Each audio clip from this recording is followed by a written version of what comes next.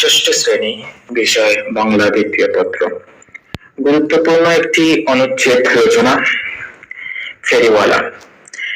শুরু করছি। যিনি মাথায় বা কাঁধে করে বিভিন্ন ধরনের জিনিসপত্র নিয়ে ঘুরে ঘুরে বিক্রি করেন, তিনি হলেন ফেরিওয়ালা। তিনি সাধারণত নিত্য প্রয়োজনীয় জিনিসপত্র মানুষের কাছে পৌঁছে দেন, যেমন চুড়ি, ফিতা, শাড়ি, খেলনা ইত্যাদি। ফেরিওয়ালার ডাক গ্রামীণ ও শহুরে জীবনের এক পরিচিত দৃশ্য। অনেক রোগ বা বৃষ্টি উপেক্ষা করে তিনি কঠোর পরিশ্রমের মাধ্যমে জীবিকা নির্বাহ করেন। অর্থনীতিতে ফেরিওয়ালার অবদান অনেক, কারণ তিনি প্রত্যন্ত অঞ্চলে বসবাসকারী মানুষের দৈনন্দিন কেনাকাটার কাজটি অনেক সহজ করে দেন।